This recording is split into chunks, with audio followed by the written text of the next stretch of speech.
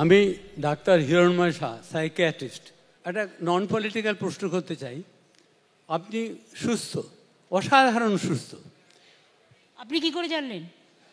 আপনাকে দেখি তো, যেভাবে হাঁটেন। শুধু একটা কথা বলতে চাই, যদি মানুষকে একথাটা বলেন যে রোজ হাঁটো, অন্তত 40 মিনিট হাঁটো, আপনার স্বাস্থ্য খাতে যে ব্যয় হয় তার 25 to 30% কমে যাবে। শুধুমাত্র হাঁটলেই হবে না, মনে রাখবেন health is wealth, wealth is not wealth at the end of the day. সুস্থ থাকতে হবে, এবং সুস্থ থাকতে গেলে একটু প্রাণায়াম 15 মিনিট টাইম বের করে নিতে হবে নিজের থেকে। ওটা নিজের জন্য একটু সময় রাখতে হবে, একটু এক্সারসাইজ যে যেরকম পারে। আমরা জিমে চলে যাচ্ছি এক্সারসাইজ করতে, আগের দিনে ভাবুন তো আমাদের মেয়েরা কাপড় কাচতো, আছড়ে আছড়ে কাপড় কাচতো, এক্সারসাইজ হতো। মশলা বাটতো, তাদের একটা এক্সারসাইজ হতো।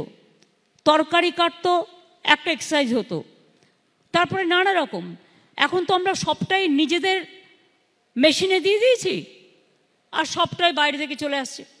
কিন্তু সেটা না করে আমি কি বলবো, এখন অবশ্য ছেলেমেয়েরা দুজনেই চাকরি করে, তাদের সময়ও কম।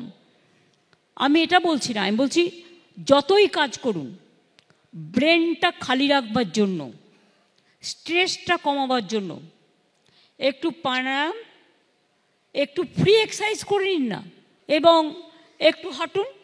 বেশি হাঁটারও দরকার নেই, কিন্তু তার সাথে খাবার যা ইচ্ছে তাই খেয়ে নিলাম তাহলে কিন্তু হবে না। আমি যদি শুধু প্রোটিন খাই, কার্বোহাইড্রেট একটুও না খাই, তাহলেও কিন্তু প্রোটিনটা শুধু একা খেলে হবে না, প্রোটিনের সাথে কার্বোহাইড্রেটেরও দরকার আছে। সুতরাং শরীরের নাম মহাশয়, যাহা সহিবে তাহা সয়, যার যেটা সয় সেটাকে দেখে শরীরটাকে সুস্থ রাখতে হবে।